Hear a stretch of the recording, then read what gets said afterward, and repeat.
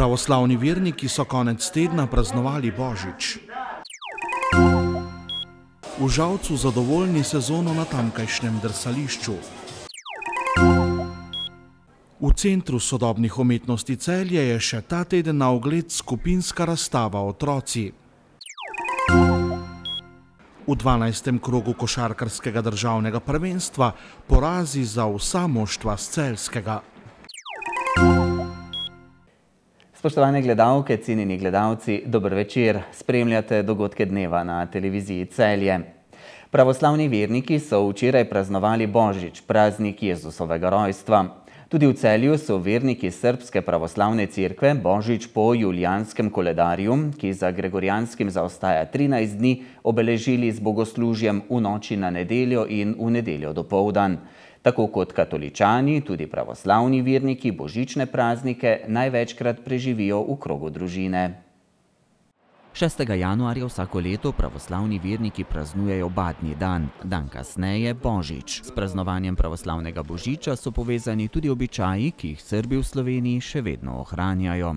Badnjak je hrastovo drvo, simbolizira novorojenega Kristusa. In mi nosimo v svoje domove badnjak, nosimo v svoje domove Jezusa Kristusa, novorojenca, in on nam daruje mir, ljubezen, toplino.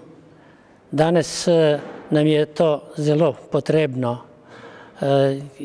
ker v svetu je zelo mir ogrožen, in zato molimo Jezusa Kristusa, da celom svetu podari mir, ljubezen in toploto. Na predvečer božiča so se tako v Celju pravoslavni verniki zbrali pred Maksimilijanovo cerkvijo za polnočno bogoslužje, na božični dan pa pri sveti maši. Sicer praznik večinoma preživijo v krogu družine. Božič je družinski praznik, to nam je primer sveta družina, in da se v tem prazniku želim vse družine, katere so razdružene, da se ponovno združijo, ker družina je svetost. Svetost, ker je Bog v svoji družini nama povedal, da je to svetost. Si pa Srbska pravoslavna cerkev v Celju že vrsto let prizadeva za izgradnjo svoje cerkve. Pravoslavno, ki je stala v Knežjem mestu, so porušili leta 1941, lokacijo za novo pa so zdaj skupaj z mestno občino našli na območju stare Cinkarne. Ta zemlja je, kot veste, tukaj zadaj avtobusne postaje, in ona je onesnažena s težkimi metali in je potrebno čiščenje. O tem se trenutno pogovarjamo in naši strokovnjaki bojo to videli, a je to mogoče ali pa ni mogoče, bojo preučili tisto analizo, ko je občina naredila, pa da vide, kaj bo iz tega. Se zahvaljujem katoliškoj cerkvi, katera nam je podarila to cerkev, da v njej bogoslužimo, ker nimamo svoje cerkev, in hvala jim za to prijaznost in to lepoto. Prihodnji teden, natančneje 14. januarja, pa se za pravoslavne vernike začne tudi novo leto. Žalčani so konec oktobra lani na Šlandrov trg postavili montažno drsališče s pravim ledom, ki je obratovalo vse do 6. januarja letos. Občina Žalec in upravljalec drsališča, Žalski zavod za kulturo, šport in turizem, ocenjujeta, da je bila sezona uspešna in da vsekakor ni bila zadnja. Žalčani so prosti čas vse od 31. oktobra lani lahko izkoristili z drsanjem na ledu na montažnem drsališču, ki je bilo postavljeno na Šlandrovem trgu. S prvo sezono drsališča smo zelo zadovoljni. V bistvu je bilo drsališče sprejeto, mogoče celo bolj, kot smo pa pričakovali. Mislili smo, da bo takšen odziv, ampak je bil na koncu še boljši. V bistvu je razen 3 dni, ko nam je pač ponagajalo vreme, predvsem to veter, smo redno delovali in imeli ves čas velik obisk. Tudi tečaji, ki smo jih pripravili za otroke, so bili zelo obiskani, tako da lahko rečem, da so Žalčani vzeli drsališče za svoje. Sicer je bilo videti, da je bilo drsališče večinoma polno zasedeno, to potrjujejo tudi številke. V teh 2 mesecih smo našteli malo več kot 8000 udeležencev oziroma uporabnikov tega drsališča. Prihajali so tudi od povsod, od drugod, imeli smo različne tudi, bom rekel, projekte, aktivnosti, dejavnosti, koncerte tle in je pač s to popestritvijo so pač nekateri seveda vzeli drsalke in se drsali na tem drsališču. Bilo je tudi silvestrsko drsanje, je bilo dobro obiskano, s temi različnimi animacijami, ki smo poskušali narediti, je v bistvu bil odziv tako velik, da niti nismo potem več pretiravali. Razen teh tečajev osnovnih, pa potem DJ-ja, pa disko, sobot, nismo delali druge, ker je bilo pač drsališče enostavno, bom rekel, že tako na meji zmogljivosti oziroma zelo zasedeno. Imamo pa v načrtu, če bomo, oziroma ko bomo imeli drugo leto spet drsališče, bomo naredili še kakšno aktivnost več, tako da bomo pač, bom rekel, maksimalno izkoristili. Montažno drsališče je drsalcem nudilo drsanje na pravem ledu, kar je sicer malo bolj tvegano zaradi vremenskih pogojev, a kot poudarja Siter, je bila odločitev prava. Zagotovo je bila prava odločitev, tudi sama idila, če rečem temu veselega decembra, je čisto drugačna v pravem ledu. Drsališče v Žalcu je bilo torej dobro izkoriščeno. V dopoldanskem času so ga uporabljale tudi osnovne šole v žalski občini, ki so na njem izvajale aktivnosti športnih dnevov. V Centru sodobnih umetnosti Celje ta teden zaključujejo z mednarodno skupinsko razstavo Otroci. Na njej je sodelovalo 7 umetnikov, tako iz domačega okolja kot tudi iz tujine, ki so razmišljali o tem, na kakšen način lahko umetnost sodeluje v razširjenem prostoru vzgoje in izobraževanja. Razstava je na ogled do konca tega tedna. Naslov razstave se nanaša na delo celjskega umetnika, živečega v tujini, Franca Purga, z naslovom Kids oziroma Otroci. Ko smo raziskovali dela za to razstavo, smo ugotovili, da umetnik, kadar se loteva pedagoškega poklica, poskuša to neko svojo avtoritativno vlogo zamejiti in glavni akterji postanejo otroci oziroma dijaki. In tudi v delih na sami razstavi boste videli, da dela temeljijo na igri, improvizaciji, na sodelovanju in umetnik ima v bistvu tukaj zelo malo vlogo, bolje je iniciator nekih situacij ali pa potem pa vse ostalo je prepuščeno otrokom. Na kaj pa so se sodelujoči umetniki osredotočali pri delu za to razstavo? Mislim, da je neka bistvena lastnost, ki je značilna za vsa dela predstavljena na razstavi, to, da v spredju ni rezultat, ni nek output, ampak vsa dela temeljijo na procesu, na samem dogajanju, tako da mogoče je to neka glavno izhodišče, ki bi ga izpostavila, da se pravi, da ni pomembno končno delo, ampak sam potek dogajanja in tudi vsa dela pravzaprav dokumentirajo neke situacije. Kateri avtorji pa sodelujejo pri aktualnem projektu? Povabili smo 7 umetnikov in umetnic, 2 iz lokalnega prostora, to sta Franc Purg in Andreja Đakošič, ki sta oba pripravila novo delo. Delo od njih 2 temelji na sodelovanju in na sooblikovanju. Potem smo povabili finsko umetnico Pilvi Takala, ki se predstavlja z videom, kjer ponovno otroci prevzamejo glavno vlogo, odločajo se namreč, kako bojo porabili 7000 funtov.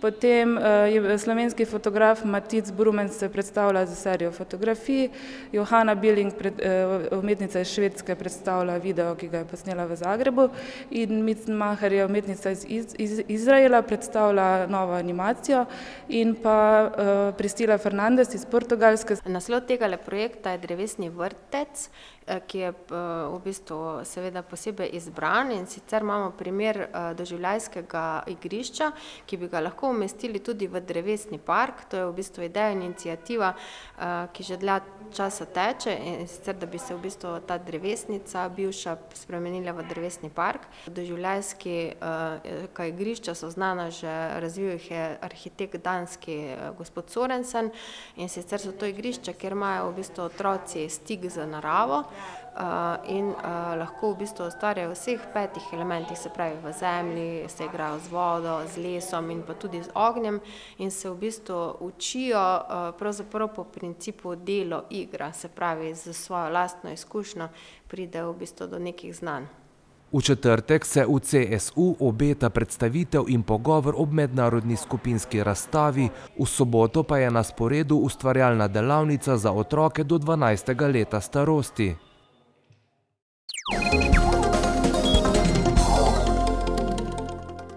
V 12. krogu košarkarskega državnega prvenstva so Hopsi na svojem parketu z 98-104 po podaljških izgubili proti Olimpiji. Rogaška je bila neuspešna na gostovanju pri Krki v Novem mestu, Zlatorog pa je v Treh lilijah klonil proti Šenčurju. Šentjurčani so v Hruševcu morali premoč priznati Primorski. Dan samostojnosti in enotnosti je s šentjurske klopi odnesel Andreja Žaklja, ki je v decembru na 5 srečanjih državnega prvenstva upisal prav toliko porazov. Za 39-letnega stratega so bili ob domžalskem Heliosu usodni sosedje, dvakrat Laško, polzerski Hopsi in Rogaška. Na njegovem mestu bo do konca naslednje sezone sedel 53-letni Jakša Vulič, ki se je v tej vlogi prvič znašel pred domačimi gledalci. Dvoboj s prvouvrščeno ekipo državnega prvenstva se je začel po njegovih željah.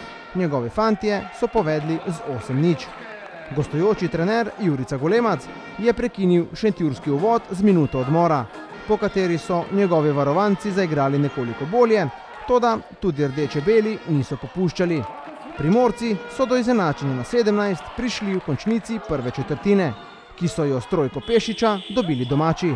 V drugi minuti druge četrtine so gostje s polaganjem Marjana Čakaruna prvič povedli, a Šentjurčani so bili vseskozi zraven. Polčas se je končal z izenačenjem na 38. V tretji četrtini so nebeško-modri nekoliko pobegnili, a so jim varovanci Jakše Vuliča vztrajno sledili. V končnici tretje četrtine so jih s Popadičevo trojko prehiteli, za nekaj kisika pa je v Hruševcu svojo trojko poskrbel Jan Rizman.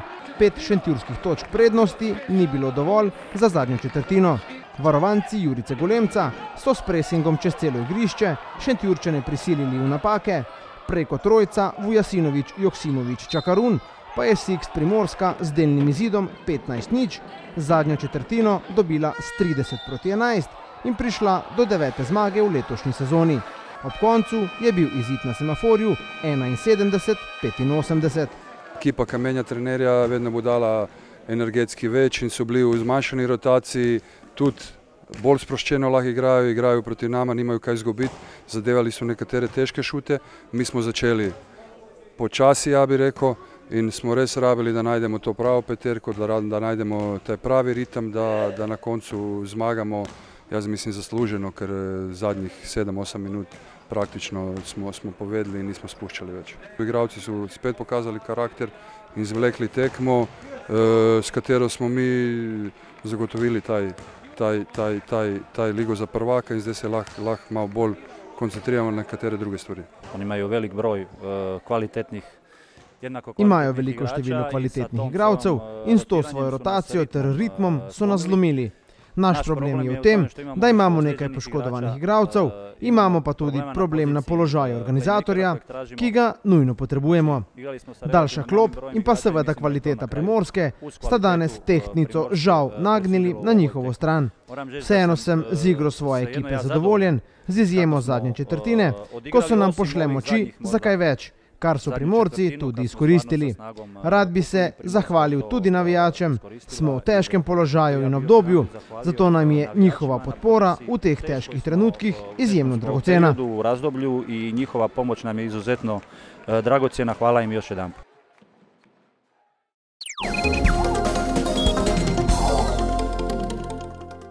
V noči na torek se bodo padavine na zahodu okrepile in proti jutru zajele tudi osrednje kraje. Jutri bo oblačno in občasno deževno, ob morju lahko tudi zagrmi. Padavine bodo zvečer od zahoda slabele in v noči na sredo postopno ponehale. Najnižje jutranje temperature bodo od 1 do 6, na Primorskem do 11, najvišje dnevne od 4 do 9, na Primorskem do 14 stopinj Celzija. V sredo in četrtek bo na zahodu delno jasno, v osrednji in vzhodni Sloveniji pa pretežno oblačno in večinoma suho. Nekoliko hladneje bo. To so bili današnji dogodki dneva. Hvala za pozornost, prijeten preostanek večera, bodite tudi v naši družbi in nasvidenje.